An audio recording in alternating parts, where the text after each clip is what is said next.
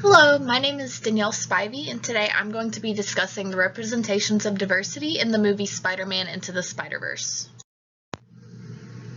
First, just for a little bit of background to be able to understand the presentation, in the movie, the protagonist is Miles Morales, and basically Peter Parker dies. The original Spider-Man, Peter Parker, and Miles Morales finds him and kind of gets caught up into this whole thing where he has to save the world. The antagonist, who is Kilson Fisk or Kingpin, has created something that combines dimensions, and there is a multiverse where multiple versions of Spider-Man exists, and their ultimate goal is to return all the versions of Spider-Man to their appropriate dimensions or the world will end. And this is the kind of the background of what I'll be talking about in my presentation. The movie Spider-Man Into the Spider-Verse is very unique because it has a great combination of characters from different ages, races, and genders. And why is it important to look at this? Why do we care? Well, media can have great effects on people in general, but especially children, since this could be considered quote-unquote a children's movie.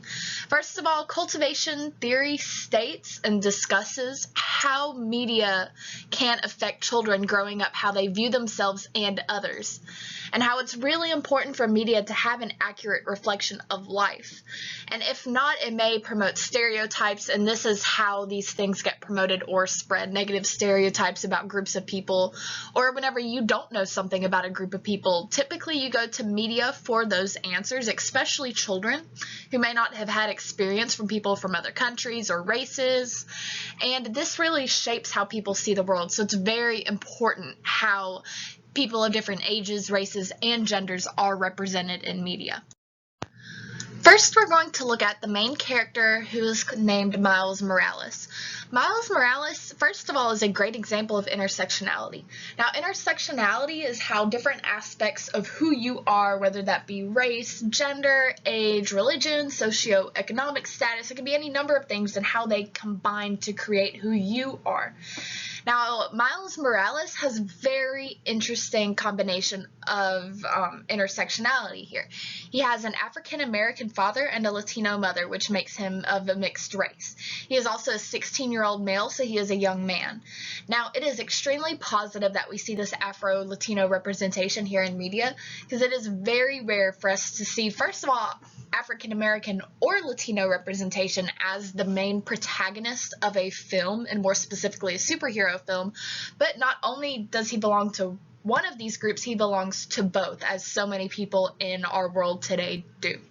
Now, this is a great thing that the movie does to give children someone to look up to, or to see, hey, there are kids like me, or there are kids who are of mixed race like this. But unfortunately, as with anything, they didn't have a perfect representation. They still perpetuated certain stereotypes of minorities. For example, Miles Morales really enjoyed doing graffiti, which is an illegal activity. He had a great dislike of school. So these things kind of go along with the stereotype that really African Americans or Latinos, any minorities, generally won't like school and will participate in illegal activities. It was also kind of negative that he needed the mentor Peter B. Parker. And Peter B. Parker is basically kind of a failure. He has lots of failed relationships. He's shown as being very out of shape. He's a failed version of Spider-Man. And despite him being this failed version of Spider-Man because he is the older white male, it is shown that Miles Morales still needs his guidance, so this is somewhat of a negative portrayal. Now, here we have Gwen Stacy, who is one of the other versions of Spider-Man. She is a white female, and she's a teenager. We don't know exactly what age. That is never really given to us. But she is a female, and she has a very interesting character in this movie.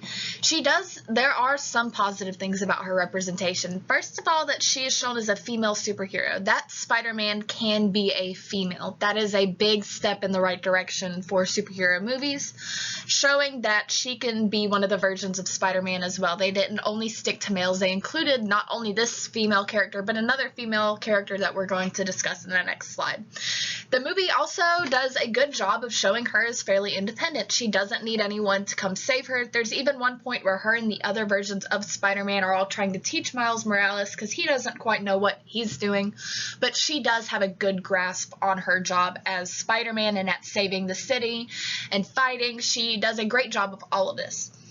Now, there are a few things that are unfortunately negative about her portrayal in this movie. First of all, she is a secondary character. Despite the fact that she is more capable than Miles Morales, she is still shown as being secondary to him, and he is the one who must save the day, not the more capable version. And another interesting thing that some studies have shown that even when females are included in things, a lot of times they must be feminine to be powerful. So for example, this version of Gwen Stacy must wear her ballet shoes to be powerful. Her Spider-Man suit includes these ballet shoes, making her look more feminine for the sake of being Spider-Man. Now, this was kind of unnecessary, and also the fact that she is shown as being very shapely despite only being a teenager. She's very overtly sexualized, and this is negative in the way of female portrayals. But as far as any representations go, they are making steps in the right direction. Finally, we have the character of Penny Parker. She is one of the versions of Spider-Man in the movie. She doesn't play a huge role, but the fact that she's even in this movie is a big deal, and she plays a very interesting part in Spider-Man Into the Spider-Verse. Now, she's a young Asian female. She's 14 years old, and this is really positive because we don't really see Asian representation in superhero movies very often. The fact that she's an Asian female and she's appearing in this movie is pretty awesome, that there exists, according to this movie, a universe in which there is a female Asian version of Spider-Man. And this is all really good for superhero movies and just representation in general. But unfortunately, there were several very negative stereotypes that were associated with her. First of all, the fact that it had a very anime type air around her, and there's nothing inherently wrong with the anime, but the fact that they are connecting her as being an Asian to having to be drawn in this anime style, introduced with anime music, speaking in Japanese whenever she is introduced in the film. It is all very, very, very stereotypical of Asian culture, and they don't step outside of that box at all with her. The other thing that is negative, that is a stereotype, as most stereotypes are negative, is that she needs her robot to be powerful. Unlike the other versions of Spider-Man who were bit by a spider, then they have powers, they just inherently have powers in themselves, Penny Parker relies on a robot that she built for her powers. So she has her intelligence, and then she sits inside the robot, and the robot does the fighting for her. So she is codependent on this robot and is not able to be a superhero in and of herself. And finally, she also perpetuates the stereotype that all Asians will be extremely tech savvy. She's always coding, or for example, just by building her robot, she's being very tech savvy, which also isn't inherently a bad thing in itself, but it's just perpetuating these stereotypes and just making more and more people believe it. And this can be harmful as kids see this and they'll start associating these things together. Overall, Spider-Man Into the Spider-Verse makes great leaps and bounds in the way of diversity and showing diverse characters. By having a mixed young boy as their main character, they've made great progress, and this is a great step that we have loved to see from Marvel. But unfortunately, that still needs improvement, as with anything. It's not perfect. The representations of these characters, as we've discussed, is not perfect. The fact that Miles Morales needs to be saved by the older white Peter Parker, the fact that Gwen Stacy must be extremely feminine to have any powers, and the fact that Penny Parker must rely on her tech savviness and her robot to give her her superhero powers. All of these things are somewhat disappointing aspects about these characters. If I were to recommend anything that they could do to change or improve this, would be to possibly do sequels featuring the other other versions. I think that would be something really nice to see, to possibly complete the characters of Gwen Stacy or Penny Parker a little bit further, because they were great representations, but they most definitely not by any means were not fully developed.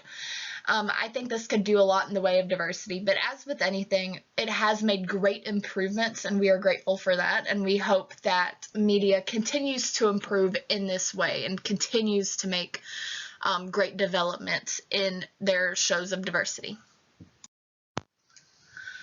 These are all my sources that I used for my essay that this presentation was based on. I really appreciate you taking the time to watch this, and I hope you have a great day and stay safe. Thank you.